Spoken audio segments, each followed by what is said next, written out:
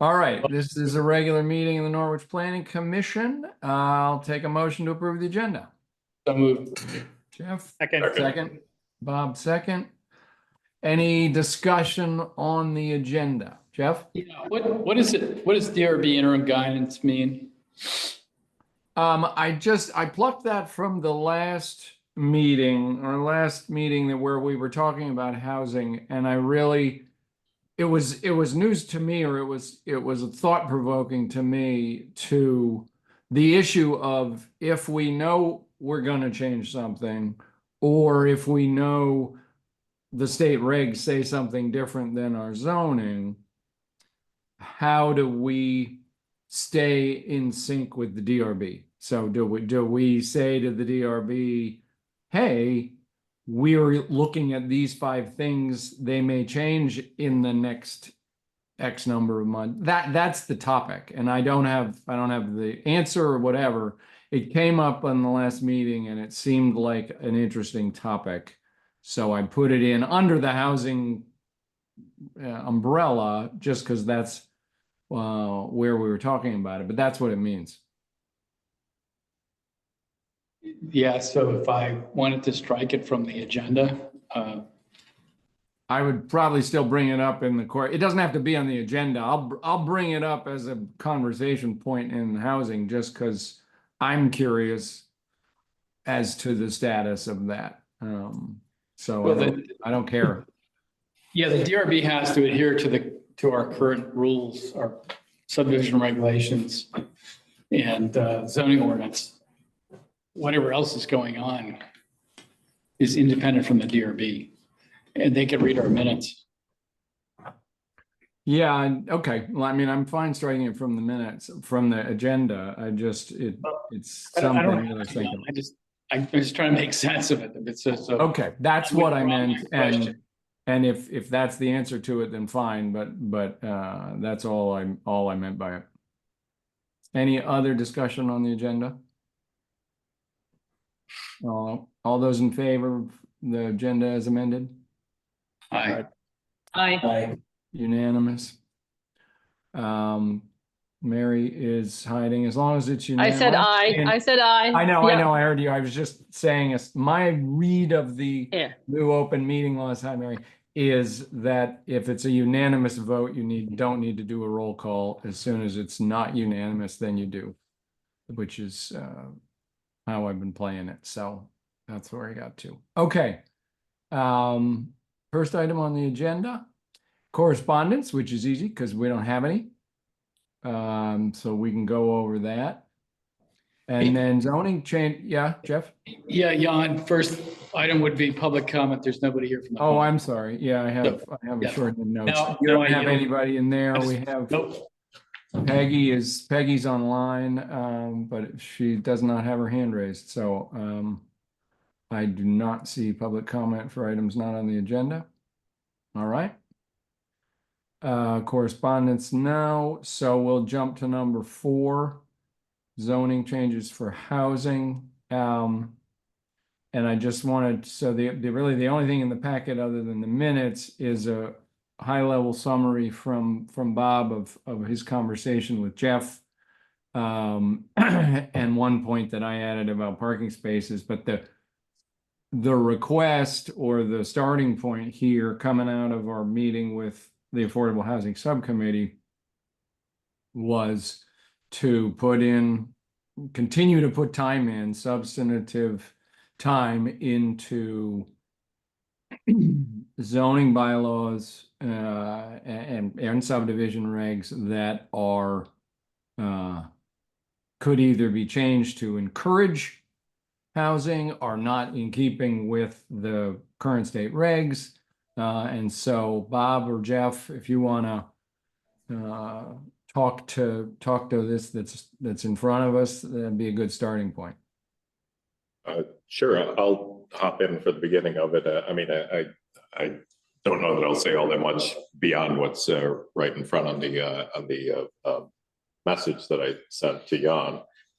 But we looked at, I guess, not so much constraints, but well, I guess you could call it constraints, simple changes that could be done to encourage more residential options. And I think our conversation was really just focused on kind of downtown, whether I wouldn't necessarily say just the business district, but around that area, the VP district. And some of the simple things, I mean, they're just laid out there. The things that could change and provide things without much effort would be to allow mixed use of property, allow multifamily dwellings. We did have the building height also, I guess the 2-story kind of limit that exists now. That's something that that came up also. And allowing a mixture of use, like including multifamily in the mix of uses for a dwelling or a property or a building. And we're looking at this of, we have existing building stock. There is the infrastructure, the access to rail, to the bus lines right there. What would encourage, good use of what is already there, or future use. I guess that's the quick summary. Jeff could probably say more to, I think his point about the site plan review and subdivision requirements to encourage development. But yeah, that's just, it's kind of where we're at. We didn't look so much at some of I forgot to think about as you said, some of the constraints that exist out there as far as parking. And I'm not sure if there's anything that immediately pops to mind, but we could spend a little more time ourselves figuring that out to add to that. Do you have anything to add just to kick us off, Jeff? Yeah, I mean, the rest of what Bob wrote related to past planning board considerations where the infrastructure exists along Route 5 South and River Road, other things. I could spend more time on that, but also the notion that to the extent there are sites outside of the village that have capacity, largely based on wastewater, those should be considered as well. So one question, I guess, for the group, we're having a conversation and started in the last meeting where we're saying the intent, as stated, was to encourage, allow, however you want to put it, an increase of diverse housing stock in Norwich, in the village. So I guess it's good, I think, to have an agreement on the intent as we start stepping into the mechanics. So is there any conversation or any question on the intent? If somebody said, what are you trying to make these changes for? My understanding from the previous meeting was we danced around the definition of affordable, and what I heard was really something like diverse was in size and hopefully cost was almost as good as you could hope for without subsidy. But we are talking about encouraging development in certain sections of town. So everybody, is in agreement of what we're actually trying to do here as we get into these details. Is that, would everybody agree with that intent? Okay. Actually, Jan, I mean, Go ahead, I guess the conversation really started around the idea of affordable housing, of that being it, rather than, and I was not able to be at the last meeting. I read the notes. It did not seem like it was because there was no detailed conversation about it. But, I think we started off talking about affordable housing and that being the very specific goal. And now it feels like it's just housing. Let's add more housing. I would be very much in favor of the first. I do think that thinking about ways to add accessory dwelling units so people could do it, whether it's for affordable housing, workforce housing, care for elderly people, et cetera, family needs, et cetera, is something that would be terrific. But I think we should be specific and not just say we want to have more housing in town. I don't know that that is the desire of most people, is to make the density in the town greater. Mm-hmm. Ernie, then Jeff. And I want to, I completely agree with what Mary just said. I think especially the part about simply increasing density, just increasing the population is detrimental to what the town is trying to achieve, in terms of livability and so on, because every person that moves into the town causes the taxes to go up. Everything, business, you name it, it all causes increases in taxes because it requires increases in services, and it's kind of exponential compared to the growth curve. So it's a fool's errand to just simply increase population. On the other hand, we need affordable housing. We need a mix of people in this town. It's detrimental in this town. We've got a monoculture, in any kind of monoculture, whether it's in let's say plants or something like that, or we've got a monoculture of mostly rich people in the town, and that's not a healthy arrangement either. So we need to have what we used to have in this town, which was much more diversity than we've lost the diversity we had because people are basically driven out. So we've got to find out. We got to do the opposite of what was driving people out. And I think just to give, what I understood from the last week's conversation or last meetings was that if you take affordable as a defined thing, and we have a definition in it for use when you're trying to access the affordable housing fund or whatever, but essentially in Norwich, affordable means subsidized, because you can't build it for cheap enough to meet the Windsor, certain percentage of Windsor County income is a certain percentage of your housing cost, that kind of definition. So the part of the conversation last meeting was, what are your tools that you can use to say, we're gonna build some structures in downtown and we're gonna dictate what type of housing they are. And it got to be a pretty limited set of tools. That's how I defaulted in my head to saying, well, we're talking diverse housing, not just affordable. But that's where I got last time. Jeff? Yeah, I think I agree with what Mary said.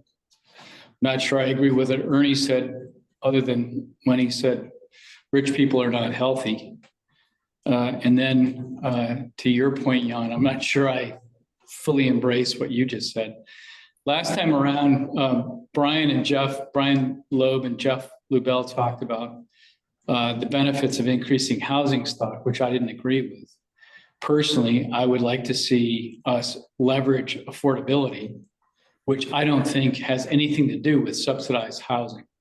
Affordability has to do with many other things. So let's not constrain ourselves to the government paying for to the tune of 2 or 3 times what the private sector might build. So the broader question is, to the extent we have land available and our ordinances exist relative to housing, we don't allow mixed use. We don't allow a whole bunch of stuff. Our zoning ordinance, our subdivision regulations constrain what we can do for housing. So the question fundamentally is, what are the constraints? It's water and sewer, basically. And where are those, where do we have opportunities in that context? And then once we identify those sites, which we've been trying to do since 1995 or earlier, how can we change our ordinances and, in my personal view, leverage affordability in the context of density? So you're talking about what are the things in our zoning that make it more expensive to build where one might build? So if you had another, if you could mix uses, if you could put another story on, then in a given location, you could build, the cost per unit, per dwelling unit could be brought down. That's the distinction between affordable and subsidized, is to say, let's not do things with our zoning that simply makes it more expensive to build. Yeah, Jan, I'm not saying that at all. I'm not trying to pitch higher density. My question is, where in town do we have the ability to build? And to the extent that we have that ability, and to the extent we can promote higher densities, how do we leverage affordability in that broader context? And fundamentally, it's really simple. Regional plan, our regional core, for lack of a better way to say it, where's the infrastructure? And beyond that, the fire district and or soils in our community that would accommodate higher density or mixed use or different uses like multifamily. And I can think of some buildings downtown that could accommodate multiple units, except our zoning doesn't allow it and our subdivision regulations. Mhm. Okay. Christian, then Mary. I'll let Mary go for now. Thanks. No, I agree with what Jeff's saying as well. And I think the other, I was looking in our, my parents are on the Cape, and the Cape has a huge issue with workforce housing, just like we do around here, and thinking about that. And we thought about putting an ADU in so that we could be near them to support them in their very senior years. But they don't permit that. They permit it only if you're renting the unit out for 12 months a year. That's how you can have something like that. So that's a zoning. I mean, that's a way to kind of, force people in. If you want to create that, it's not so you can do Airbnb and make a ton of money in July and August, but you can do it a different way. So just another, if affordable housing is a goal, there's another, I don't know, there are probably other lessons out there from other communities. Huh, interesting. Yeah, Christian? Maybe your very first point, Jan, I think this idea of like whether or not we are encouraging housing or new housing stock being built isn't necessarily where I would take the conversation from last week. I think the point is just we don't need to be an onerous or an extra set of regulations that prohibit people from doing what the market and what people want to do with their land. And if I don't think that reducing some of the restrictions and some of the things that Bob pointed out are going to magically like mean that we're going to have this super dense population, because there's all these other factors limiting it, such as water and sewer. Like, we're not going to get a skyscraper in downtown Norwich anytime soon. So if we can kind of, and this is a national trend, by the way, this idea of like reducing some of the town ordinances, the local level things that are just really onerous. And I think it would be a very slow trickle up, if any uptake whatsoever, in new housing stock. Yeah. Yeah, just one example that like Jeff said when we were talking about this offline, that in the village where you have town water, then you don't have to, you're not bound by the exclusion zone around a well, around septic to a well. And that by itself is huge in terms of meaning that you can do things in the fire district that you can't do on other pieces of land that are similar without that water. Ernie? Yeah, well, first of all, I wanted to say, except for the fact that I said the rich were unhealthy, which I didn't say. I agree with a lot of Jeff's approach to getting affordable housing and without getting excess, just density itself. But and I think that means that we're going to have to come up with some pretty novel solutions, because everywhere that there is a need for affordable housing, workers' housing, whatever you want to call it, the land becomes the biggest obstacle, the cost of the land becomes the biggest obstacle. And of course, we've got that in spades here, but it's in kind like everywhere else. And the reason I say I just happened today, it had nothing to do with this meeting or anything like that, but I just happened to read about Montgomery County, which in Maryland they treat as towns. And I'm very familiar with Montgomery County because I have a number of good friends there. They have this, and I don't quite understand how a revolving fund really works or anything like that, but instead of waiting, the city itself makes sure that land is available. I should say the county itself makes sure that land is available for affordable housing, and they work with the people who develop affordable housing. Their particular shtick is that when somebody builds housing, it has a mix of incomes, and the well-to-do that move in basically subsidize the less well-to-do that move into other parts of the, and they make sure that it's all mixed too. So there's no sections that are, for the well-to-do, and everyone sort of is part of the development, whether it's affordable or whether it's wealthy. Or upmarket, or however they phrased it. I don't think they use the word wealthy, but upmarket or something like that. And I think that, I don't know if that would apply here, although I think it's a good idea. But that kind of imagination is going to be really helpful. I think it's not going to be just a matter of zoning. We're going to have, zoning and, regulation changes. It's going to be a bunch of other stuff that can come from us, and start with us. And I think that's what we should be thinking about too. Okay, Jeff? Yeah, so Earl Simpson was at our last meeting. And I saw him talking to Peg, so I'm not going to draw any conclusions from that. But Earl Simpson and Simpson Development have a very storied history, let's just leave it at that, including the project on the left entering town. And I assume, Ernie, you want to let your hand go down. But so if our regulations contemplated capacity, I think it would have been possible to say we could have done multifamily instead of like a duplex kind of a townhouse kind of a concept. So I don't recall if it's 5 units on the left coming in. It might have been 10 units on the left coming in because the site capacity would accommodate that. Regardless of the Simpson development approach to land and so forth. But I think we need to look at what are the types of uses that we can accommodate in terms of zoning.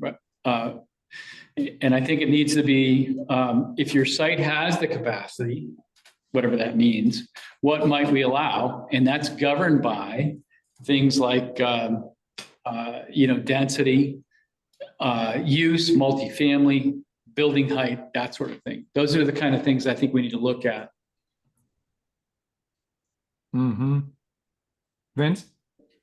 First of all, I like all these ideas, and thanks for laying them out, Bob and Jeff.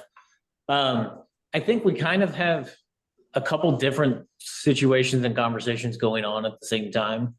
With, just to clarify, the type of development that would go down on Route 5 or River Road would not necessarily be the same type of development that would go in the village. And I think the village seemed to be more converting maybe existing structures. Was that kind of how this part of how this conversation into some sort of multifamily?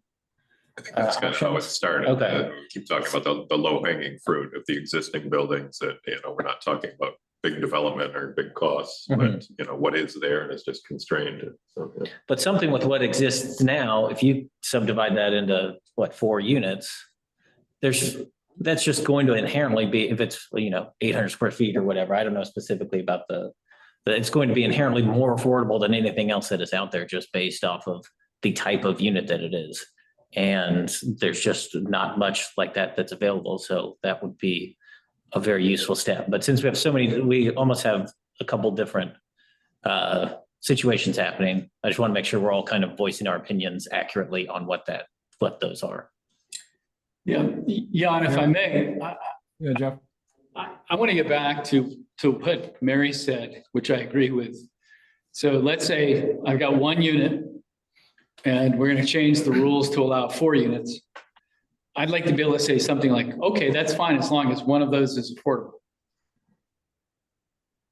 You would want to be able to say that. You want some kind of a mechanism to, Yeah, leverage. I keep using the word leverage. And so you get this density to the extent that you contemplate affordability. And, you know, Woodstock Community Trust does a great job in that context.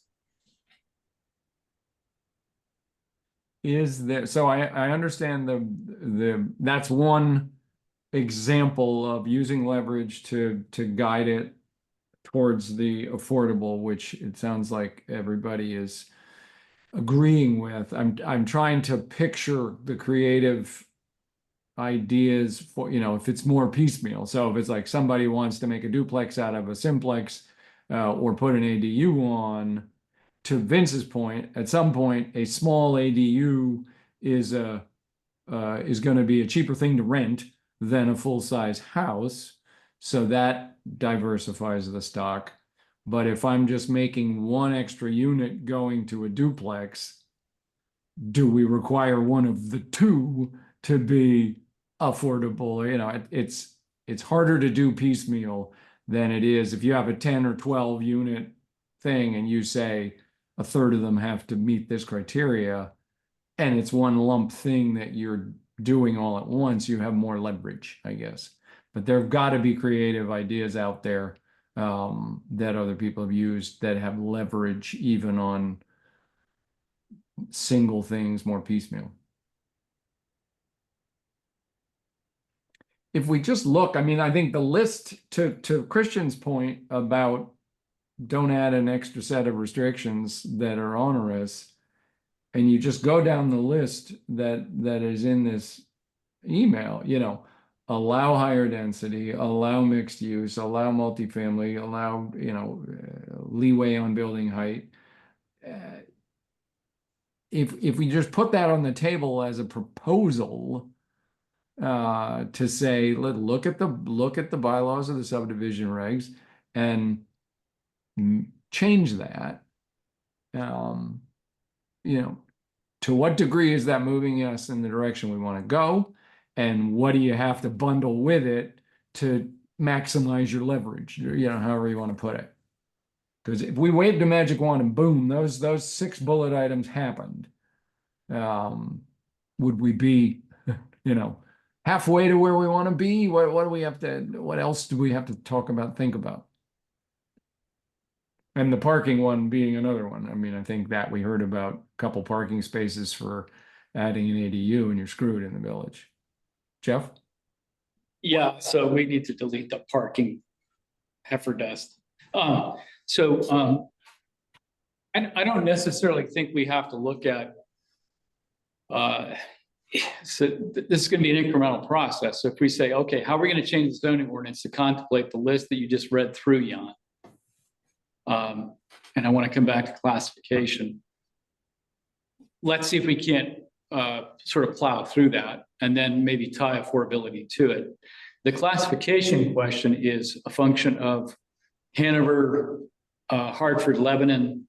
To the extent you have infrastructure, your density increases based on lot classification. So I think the only place that might apply is River Road, Route 5 South, or in the village.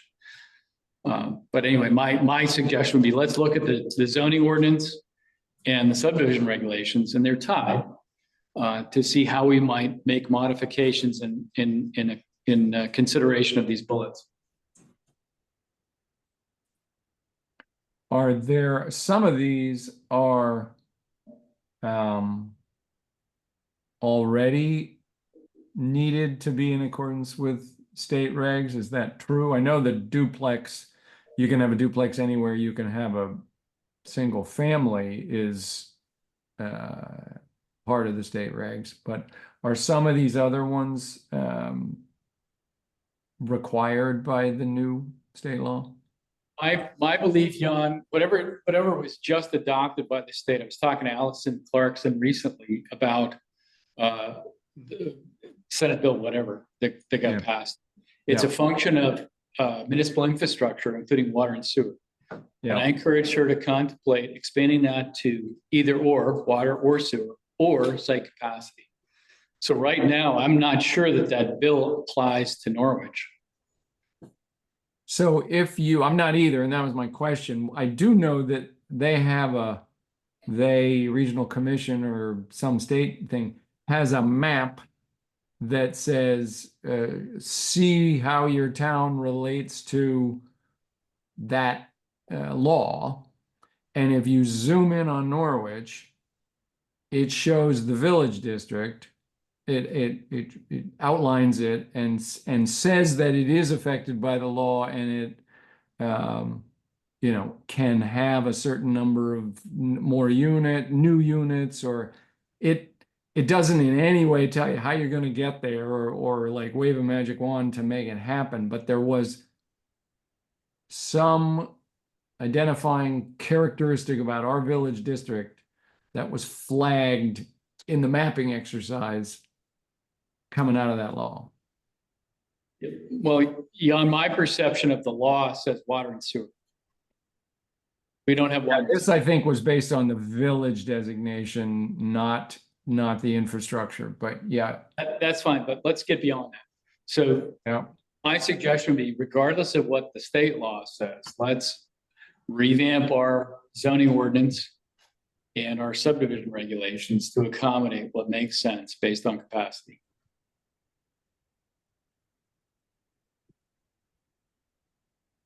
So is it worth stepping through the list and just getting agreement on those? Because then if we can get agreement, then I would ask, then we can do some homework and dig into looking at bylaws and subdivision regs and see where the thing is we want to remove the regulation and specifically what it says for the items we agree on.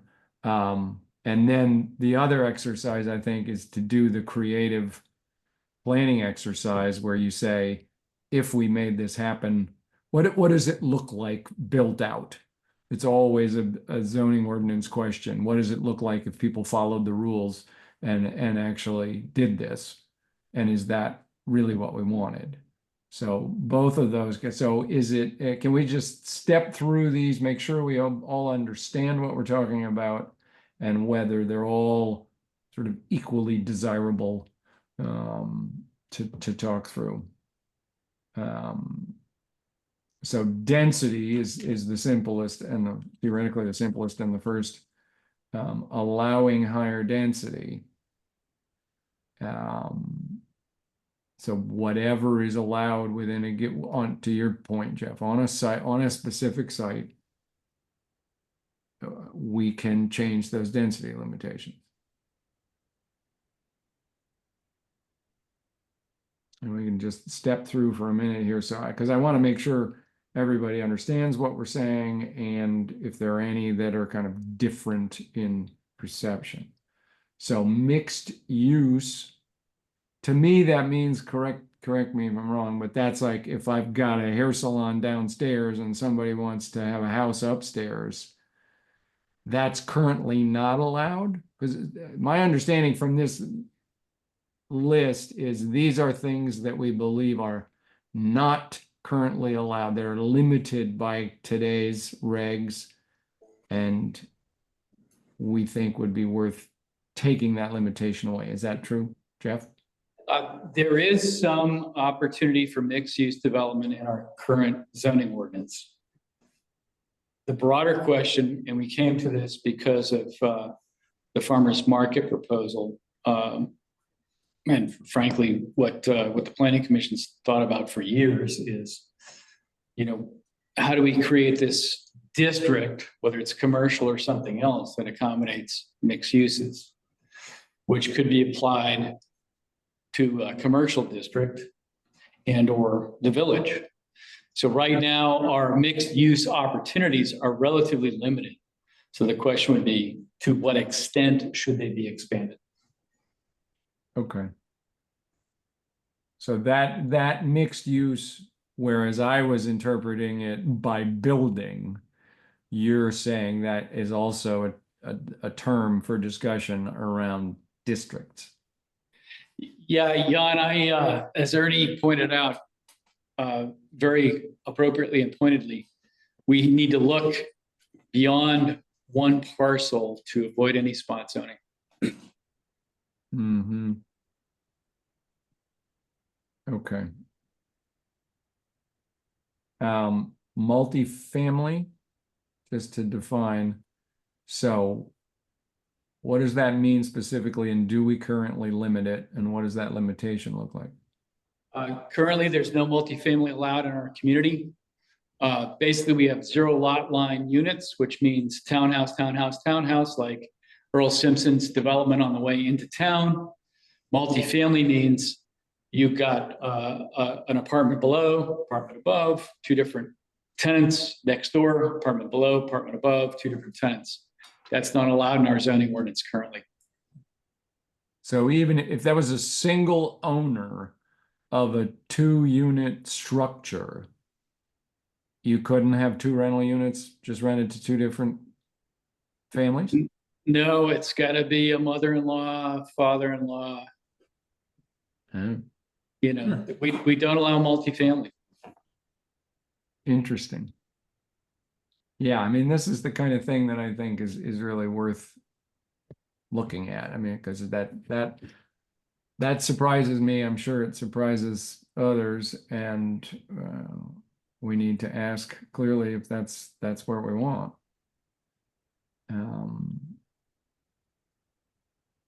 How about so higher density, mixed use property and or district, multifamily. The building height now is a straight, no more than 2 stories, period, in the I village. think it's 36 feet, Okay, yeah, it's a feet. which constrains, depending on how 12-foot stories. Mm-hmm. So to jump over the edge here, the building height question was always about firefighting, which is a non-issue in our core these days. Right, we have ladder trucks. Here we have Hanover that has bigger ladder trucks and so forth. Mm-hmm.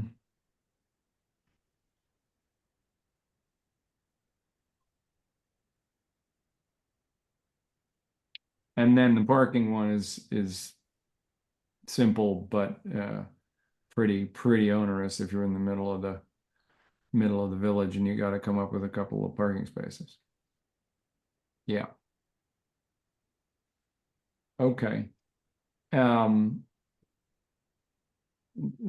we talk for a minute, because I think this district question of and I think Vince, you were alluding to it, we have a village conversation, and then we have a broader low-hanging fruit, or that includes other corridors, other districts that we might do more with. Is it worth keeping those separate for, say, okay, for the village district, let's go look and see the specifics of changes that would change these constraints. Do we look at the village separately from the other districts? Are these Go ahead. 5 things we've been talking about, are these currently town-wide, or are these like ordinances strictly the business district, village district? I'd like to go town-wide. No, the ones Are we're talking they? about, Right. these are town-wide? No. Our discussion was to the extent it's possible town-wide. So my question is, where do they currently sit? Like, so we currently can't have mixed-use property, is that town-wide? Town-wide. Okay, so I totally agree, and I would look at, I want to make sure that it wasn't. So if it currently is, the ordinance is town-wide, I see no reason that you need parking spaces. I don't think that's an issue in other areas. I don't see any reason that you couldn't rent to 2 tenants if you have a house that is suited to renting to 2 separate tenants. I'm totally in favor of that being a town-wide thing. Right. Yeah, I think the point is that the village and certainly some of the, you know, commercial, the other districts that aren't rural residential have the same things going on. There isn't a place where it's a free-for-all. There isn't an unrestricted location, and those districts we're talking about, either village or, not counting historic things, the village or commercial industrial would be the most open to this sort of thing, and they have those limitations. Yeah, Jan, when I look at like Feral Farms, which you're familiar with, what's the density? Is it 12, 15? What's the density? Something low. For Star Lake, Star Lake, yeah. yeah, I think it's 12. Yeah, so that probably has capacity 50 to 75 units. Right. And they did a community septic, they did a community well. And so if you had the soils, and it's decent soils there, and, you know, along the whole sort of gravel esker going up and down the place, you can find some decent soils. So I think, to Christian's point, just to be clear about it for the group, we're saying, let's look at pulling these limitations off town-wide. You could argue, for example, oh, we want a vibrant, more dense village, but we don't want to the same sort of limitations to be pulled off of rural residential, because we want to focus it in the village. So I think it is worth putting that on the table. But to the point, you can tie it to some infrastructure, including water. It matters. And to the point that simply the well to septic exclusion district ties it for you, it matters. Okay. Yeah, Jan, one point to follow up on that, what Christian said is, if we think of ourselves as 4 core towns within a region, anywhere in Norwich that you drive to the HMC is a whole lot shorter than any drive from Topsom or Corinth or Montpelier. Right. Well, so is this, you know, if we pull these restrictions off and we use our imagination and say, okay, boom, we've done this, and somebody a couple miles out of town on New Boston Road or wherever, they say, oh, great, I'm going to build 3 full stories, mixed use rental, multifamily rental property, and I've got the water and sewer to do it. We're saying that's okay, that we're encouraging that, or we're allowing that. We're not just saying we're trying to do it in the village or on Route 5 South or Route 5 North. We're saying, no, that's okay if you can get septic and water. Christian? It's my only, to answer that, my opinion would be yes, that should thumbs up if that's the case and they can meet all the current regulations. But I'm wary of saying this word of encouraging. There's a difference between stripping away the limiting factors and out and out encouraging. I'm not necessarily out and out encouraging and inviting developers into the community to make these changes, but I am in favor of reducing the limiting factors here. Yeah, Jan, if we go at this at base level, to follow up what Christian said, and let's say we say, okay, your base density is 2. We'll give it 4 if you have the capacity, so long as 1 is affordable. I just want to say, how do we restructure our zoning ordinance to think about what Christian said, and then come back and revisit how we leverage affordability? Right. So a multifamily is the same thing. You could say, oh yeah, you can do multifamily, but this is how, as soon as the word multi is in there, there's going to be, several things that you can say. Some portion of them need to be affordable. right? If it's multi-unit, multi-family, multi-story, chances are you're going to be able to say some of those need to be this. Well, we can look at this a different way. So we could say, college housing is multifamily. We could charge unlimited rental rates for Dartmouth College students because they don't count, right? Or do we think about how we accommodate folks in an affordable context, including people who may be attending Dartmouth College? So to the leverage point, you could say, oh, you want to build 4 units somewhere where you can get it to work. And it could be 4 different tenants.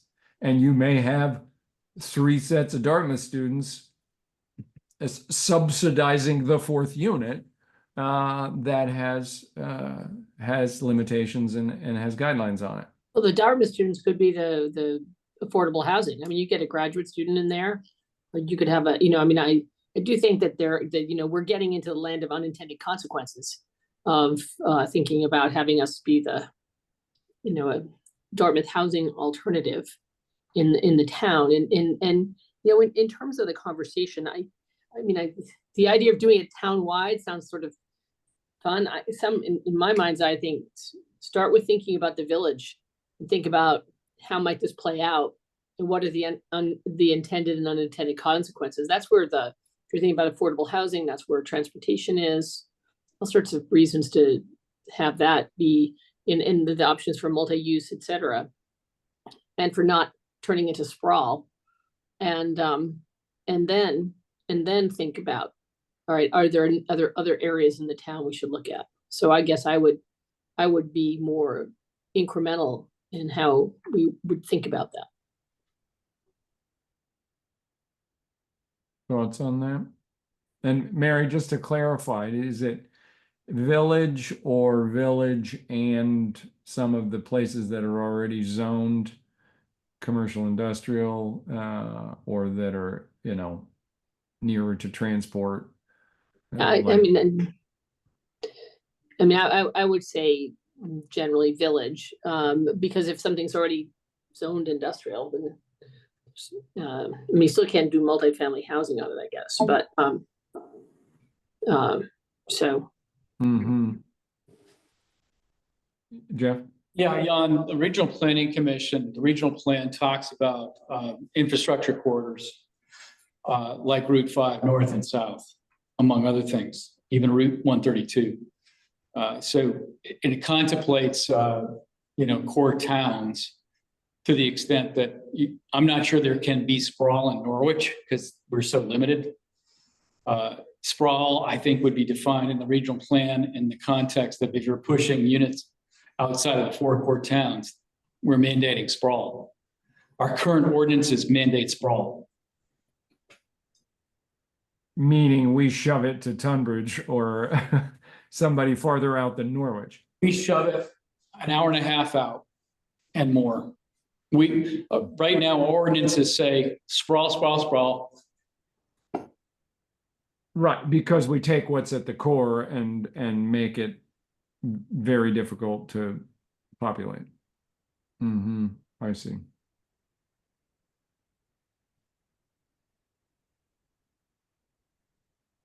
I think we could, to Mary's point, and it's good to be incremental in the sense of being able to see what might happen. But I think we can look at those 6 or 7 items, pull them forward, get somebody to raise their hand and do the homework for now. Now, mind you, next meeting we're going to have staff. And so we can give him homework if we want to. As part of learning our bylaws backwards and our zoning regs backwards and forwards, could you please pull out these things and present them? But that's the point. If we can say, all right, here's a good starting point for regulations, limitations that clearly make it more expensive and more difficult to put housing anywhere in town, clearly including the village and the corridors. let's put them specifically in front of us and talk about striking them or changing them and start imagining what that would mean. And then to Jeff's point, that's the activity that kind of opens the door. Then we say, oh, we're going to open the door, but we're going to then include some leverage that says it's open, but ... This is what goes along with the bundle. So for the sake of starting that specific exercise, is there any other items to put on that list? And maybe before that, Jeff, is when you say, well, the thing that's written here, consider classification, is that similar to the other items on the list, or is it different? How do we look at that? So if I take the 5 bullet items above that plus the parking one, those 6, and compare them to what you mean by classification, can you help me? I think classification is different and pertains to the village and Route 5 South and or River Road, unless you can create a community system, water or sewer. So the I don't want to get too far in the weeds, but classification says, okay, in this zoning district, you're allowed 1 unit per 2 acres, unless you have water and sewer, in which case you get 4 units. If you don't have both, you get 2 units. So and then if you have a community system, it could qualify for the second level. So the zoning classification question is a function of the infrastructure capacity, which I think is very limited in terms of both the village or infrastructure corridors, Route 5 South or River Road, unless you can do a community system. So community systems could apply to this. Mm-hmm. Is there, just to make a good starting point list, on community systems, are there Norwich regs limitations on community systems for water and septic, or is that more at the state level? It's state. So the wastewater issue is up to 6,500 gallons per day before things get really crazy. And I'd have to divide that by, so it's a bunch of units. And in the water situation, the non-transient question is, how many people are served by this community well? I could say 25 or more, but it could be less depending. So anyway, it's about more than one person served or multiple people served by a water supply or a wastewater disposal system. So say I wanted to do, just for the discussion, I want to build 4 units in the village and do a common well and a common septic. Is that below some state threshold? And if so, what applies? Yeah, it's way below. Yeah. So if you're in the village, you don't have a community water system because the Norwich Fire District accommodates that. So so I would say there's an example where you have municipal water where your density changes. But there is a lower limit where you could have group community systems that don't trigger major state evaluations. If somebody wanted to say in the middle of Jones Circle, I want to put in, I'm going to somehow manage a septic system for 3-4 new houses, and it's just cheaper, to part of our discussion, it's cheaper to do one system for 4 units than it is to do 4 little systems. That's a bad example. That's a terrible. Because it's Jones Circle, or because it's not cheaper? The lots are so small, but I think the issue for permitting consideration is up to 9 units, because once you exceed 9 units, you go into the Act 250 threshold Yep, and experience a new level of fiscal, what's the right word?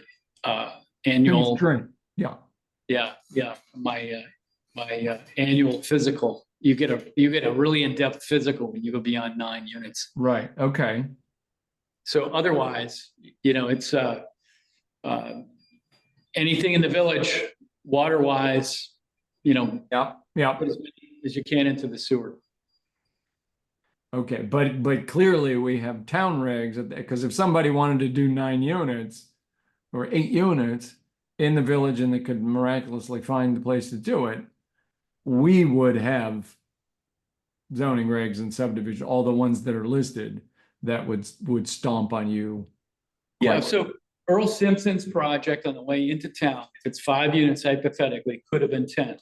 Top to bottom, top to bottom, top to bottom. Which I would see. require Act 250 with municipal water not allowed without Act 250 permitting. And by the way, I don't know what the density was or what the permitting was, but that's an example where there could have been some higher density multifamily on an ideal site with municipal water. I see. So you could have done top and bottom 4 buildings with 8 units in it. One building, Jan. If one it's 5 building. units, if it's 5 units right now, side to side to side townhouse, could have Yeah. been 10 units, top to bottom, top to bottom, top to bottom. Same building Yeah. footprint. Yeah, yeah. And they would have been smaller and therefore theoretically cheaper to rent, cheaper to buy. Right.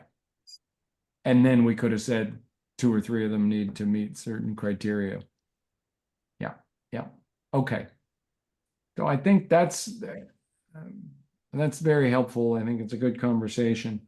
Can we, in the interests of exercising our newfound staff member, can we simply ask Stephen to return to our November meeting with taking that list of, call it 6 things, we'll hold classification out as sort of the advanced class or something for the next go around. But the 6 things we talk about say, hey, go into the zoning regs and the zoning ordinance and the subdivision regs and find those limitations and pull them out specifically for us all to review at the next meeting. Is that a valid exercise? Jeff?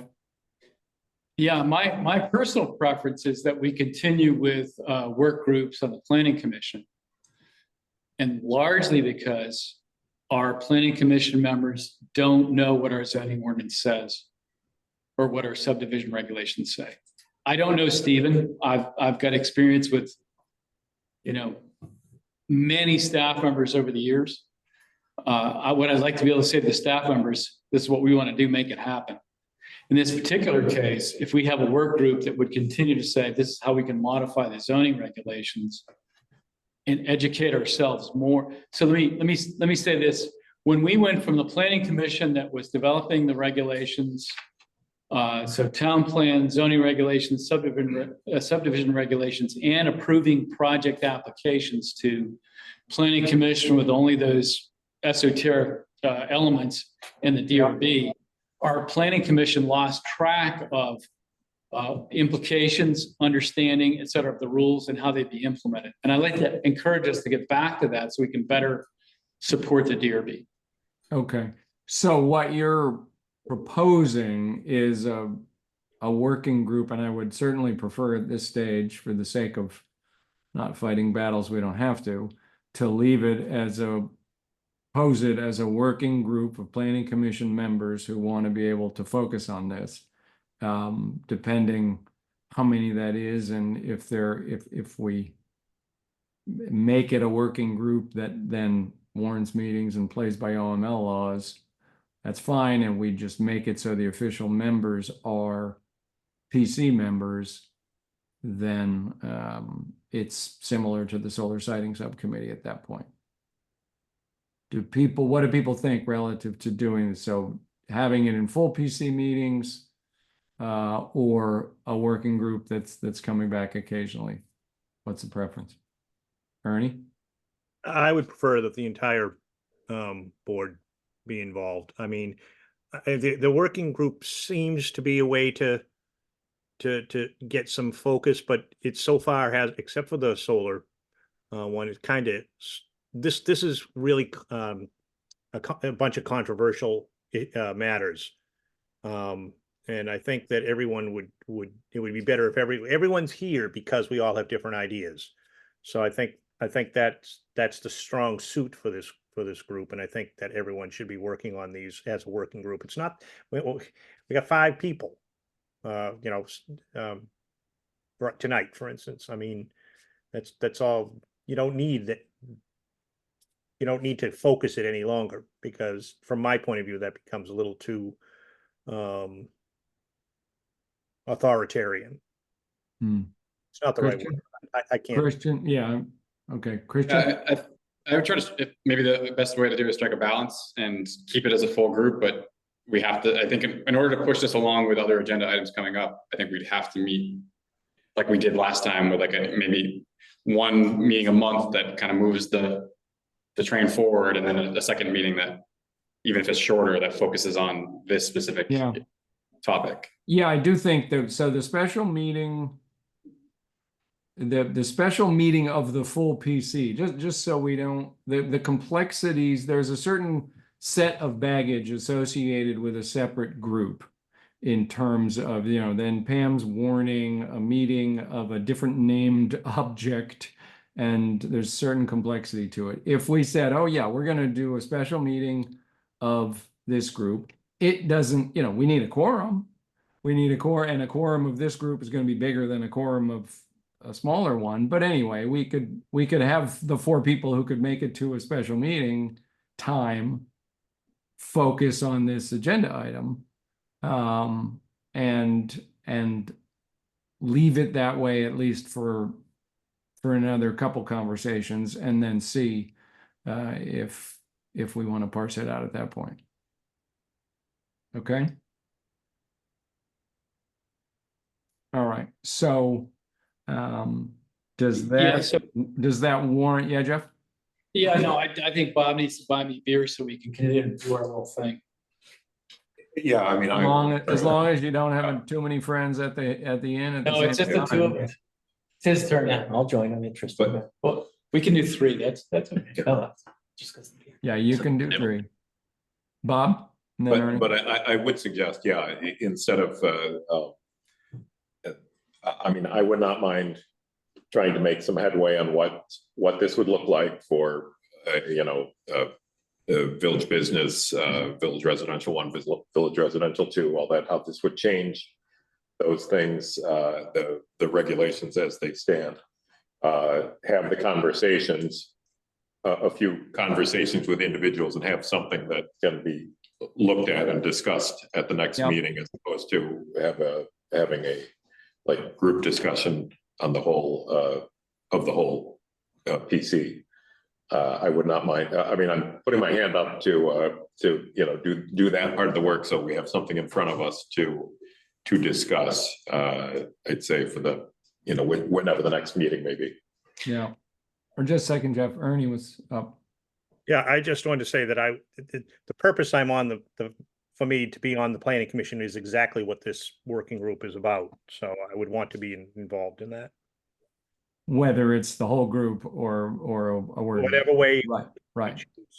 It would be important to me, because this is exactly, it's partly what I got training in, and it's partly what I joined the planning commission to work on to begin with. Mm-hmm. Jeff?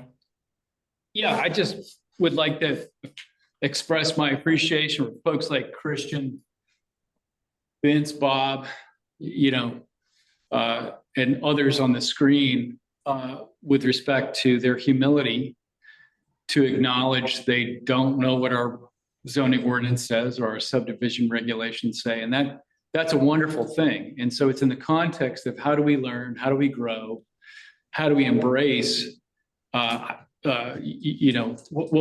we want to do and need to do in a sustainable context going forward, which to me has been a wonderfully humbling and blessed experience with this group of people.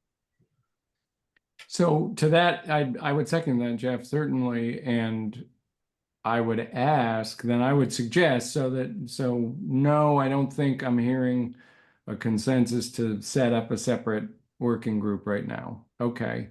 To the degree that Bob and others that stay below a quorum get together, it's almost like a not a tutorial, but a study group, but I would ask, and I will certainly take this on as well. I would ask each of us to do the homework that we just described, the way I described it for the staff, which was basically take that list of 6 things, go find them in your regs and in your bylaw, and not your bylaws, zoning regs and subdivision regs, find them, pull them out, and learn them. Learn how they sit, what they look, what are the constraints. We should be able to assume that each of us has done that before the next meeting. And to the degree that you want to meet with the study group before the beer takes effect, great, that helps you do it. But let's be humble about what we don't know and do the homework. Okay, great. I think that's a very good conversation and a good interim point. The next item on the agenda, and John, just can I ask? Can I, sure, just Christian. about the idea of, so maybe something that the staff, like, we could get some help with is this idea of, if we've talked about, like, if we add I don't know what the N is, but 4 units, a 3 unit, a 5 unit complex or series, what the appropriate number for however we end up designating them as affordable might be. So if they could do any sort of homework on other examples, I know this is happening around the state. St. Albans has been in Montpelier, other places are dealing. So just a sense of what other places are doing. Is it 1 of 4? Is it 3 of 10? Is it only on places that have 7 units or more? Like, This, Jan, I might kick this to Jeff and Brian, who live in this arena, that'd be great too. Affordable Housing Subcommittee. Yeah. If I were, Yeah. I'm sorry, if I were the staff member, I'd say, what?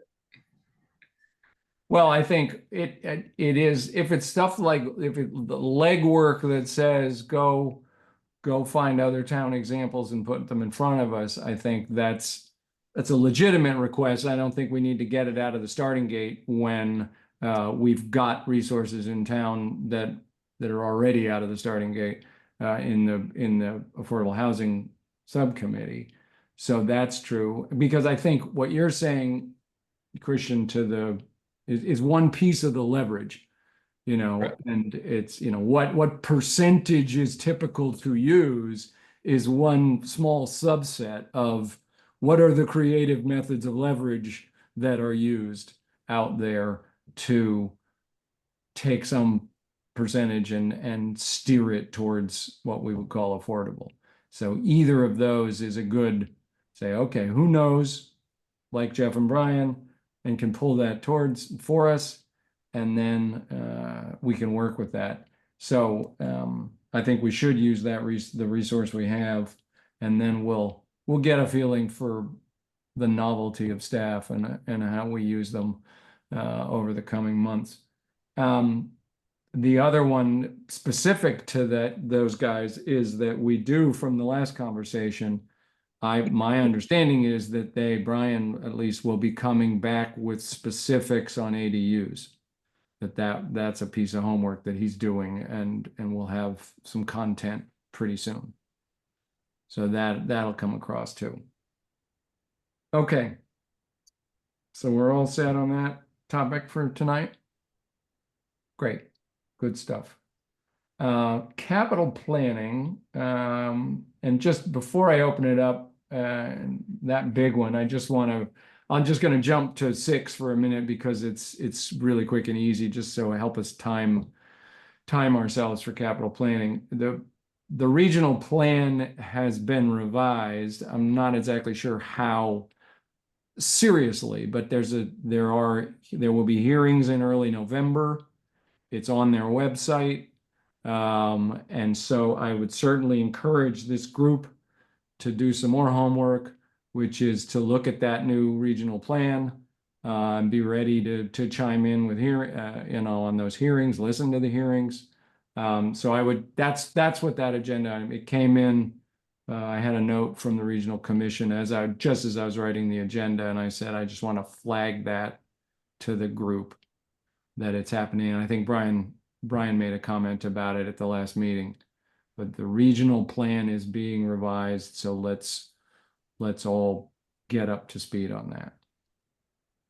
So that's it for that. So I think capital planning is really the last item for tonight. So that gives us a little chunk of time. So back up and correct me if my memory is off, but as I recall, we kind of opened this up. We had an agreement that the planning commission would like to dip its toe in the water of its statutory responsibility for capital planning, which has not happened in recent years.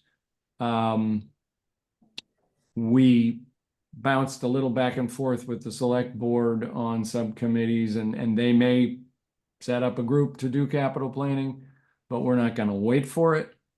And there's certainly elements of this conversation that we can have internal to the planning commission to start to be ready for any wider conversation. And specifically, I think it was Mary that put it out a few meetings ago. What are the elements of our town plan that have a capital dimension, and kind of pull those to the fore? Sidewalks, and on and on and on, that then frame what we're talking about. So that's the way I remember where we left this. Jeff? Yeah, Jan, given the select board's direction for subcommittees, I'm wondering, like, Bob and Jeff sitting down talking about zoning considerations. If there might be a couple people who engage the select board and or the town manager about what are the capital expenditures, the capital items, because frankly, all of it relative to infrastructure is within our purview in accordance with the VSAs. Having said that, I think, Jan, you have to be one of those people. And I think Pam has to be one of those people, just given the current construct. And then from planning commission perspective, is there another planning commission member that wants to, dig into, creating an Excel spreadsheet with you that says, here's all of our current capital expenses and, how we need to be thinking about them. I think right now we should be on a fact-finding mission. Once we understand what the various elements on the Excel spreadsheet are and costs, then we can contemplate other things in our charge by the VSAs. Yeah, I think it's a good point. And as people recall, I said it maybe before the subcommittee conversation 3 months ago or something. I said I had a meeting with Brandon and Pam, and Pam was certainly very interested in doing a better job on the select board level with capital planning. And at that point we said, let's get through the who can set up groups and so forth, get through that process question before we opened it up to the content. So I think I agree with Jeff in the sense that this is clearly going to take those three parties, planning commission, town staff, department heads and so forth, and select board. So we should say, okay, now we know what a subcommittee looks like and who can set it up and what a working group looks like and who can set it up. Let's talk about capital planning and go. So I'm certainly willing to be a party to that. To Jeff's point, is there another planning commission member who just burns in their soul to be involved in capital planning? Know your skills, Christian, but I'm looking at the other two nerds. As in like, I don't know. I'm a nerd. Yeah, I don't know what other people, I don't know background, so I mean, currently have a role that's in finance at Geisel Medical School, so I'm certainly not foreign to this sort of topic. I'm happy to help. If someone else is more qualified or I'm certainly not gonna fight for it, so let me know. No, I mean, Jan, your approach, how do I say this, is very gracious. And, you know, if I were on town staff, I'd be like, please help me, please help me. So someone like you and Christian can help assemble this. And I, it's somewhat tongue in cheek, look at Vince and Bob as nerds. And I'm, you know, because I am one. It's a But- positive thing, yeah, present company. Well, I'm not saying, I apologize. Anyone who's willing to work through the data and assemble, so that's my point. How do we get a grip on this? And if that's your, is that Christian, great. Yeah. If Christian's willing and nobody else wants to fight him for it, then I'm perfectly fine to start with that. Works for me. Okay, all right. So I will take that as a request of the PC to go to renew my overtures to the select board and the manager with Christian as the other rep, and we'll say, hey, this is what we want to do. I think what will happen, or one thing that'll be in play, is they are starting this year's budget process. And so if we're talking about capital planning in a multi-year, broader sort of planning commission kind of thing, they may be much more tactically focused. What do we have to figure out in the next few months to get on the budget? So I don't know. I just say that I think that will be a dynamic that we'll have to navigate. Is there anything worth opening up now on the topic, or should we let this take the next step? Okay. Let's see where that goes. I will certainly, I mean, we have Tracy Hall, we have sidewalks, we have plenty of things. If you sit down and start typing into your Excel spreadsheet, we'll get 20 or 30 things before we think about it. Police cars, fire engines, road grading, culvert, ... Yep. Moore Lane Bridge. Yeah. OSHA at the transfer station. Oh, yes. I've had that conversation with the people there. It's like they have an eye wash station stuck in one of the sheds, but other than that, they got bupkis. I was like, okay. I've had the conversation where I keep peeing on the same tree. Yeah, well, they do have a chemical toilet there, Jeff. You don't have to pee on a tree at the dump. I have not peed on a tree. Okay, But- I digress. Two Rivers Plan, I put that out in front of people. Do I have a motion on the minutes for the 24th? Motion to approve. Second? Yep. All right, discussion on those minutes? Jeff? Yeah, so the other one I had a comment on was item 5, farmer's market. I like the second paragraph. I would like to change the first paragraph to, Peggy Allen made a presentation where stated she'd like to, integrate farmer's market definition. I think the issue for me is I don't want to be specific. And we didn't address it specifically to avoid spot zoning. So Peggy Allen came forward with a notion that in this quarter, we would like to consider farmer's market.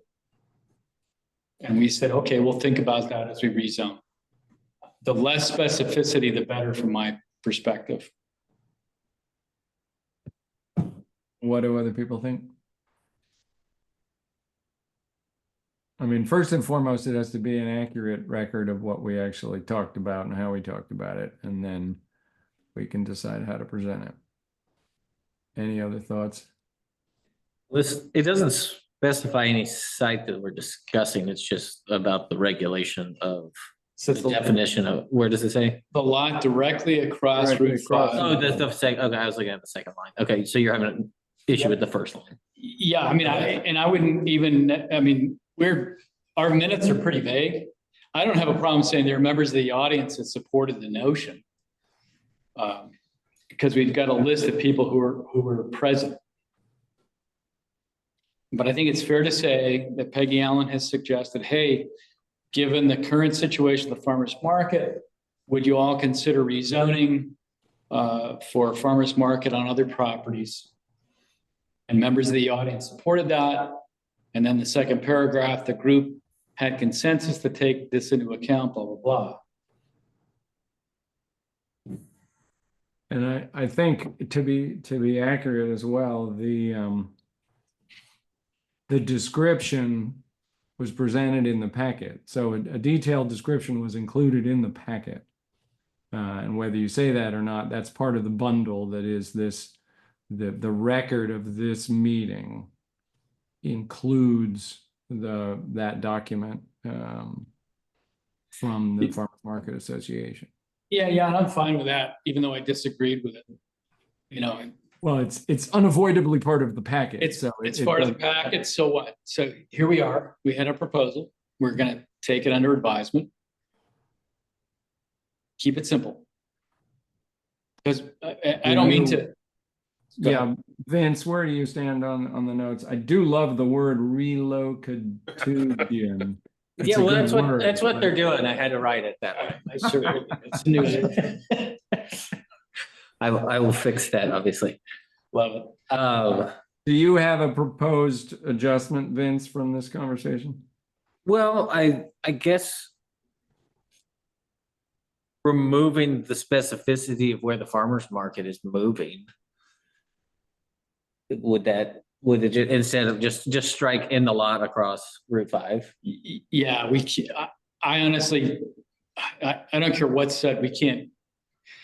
I objected and Ernie objected in prior conversation to any specificity because of spot zoning. So unless we want to go into, Ernie objected, Jeff objected, so I don't think we. Yeah. No, I'm fine making it unspecific as to the lot. Just taking out that it's clear from Relocation of the farmer's market. conversation. It's clear from the attachment in the packet what's being talked about, but we don't approve project. I mean, it was clear in the conversation. We don't discuss specific projects. We don't approve specific projects or parcels, or that's not our job. Yeah, but I don't think we even need to talk about relocation. Consider the possibility of a farmer's market. Right. Because it doesn't mean that the farmer's market still can't maintain its existing footprint. So, again, I'm going back to the generic. The notion is, could we, in this corridor, whatever it is, and maybe, because that's what I said last time, I think, contemplate the possibility of a farmer's market. In a rural residential. We did talk about RR and the implications of the RR. You could add that if you wanted to. Just to honor Peggy's, I think the reason she came was to present this new definition, whether or not we want to accept that definition or not, but I think it's worth. She basically, the second part of that, to your point, Jeff, is like, we talked about a hypothetical farmer's market, and she defined in her terms what that farmer's market could look like, what the scope of it would be. And that's basically all we have to say. Right, a proposed definition of the farmer's market that could be used in future conversations was put into record. Yeah. Give Vince a minute.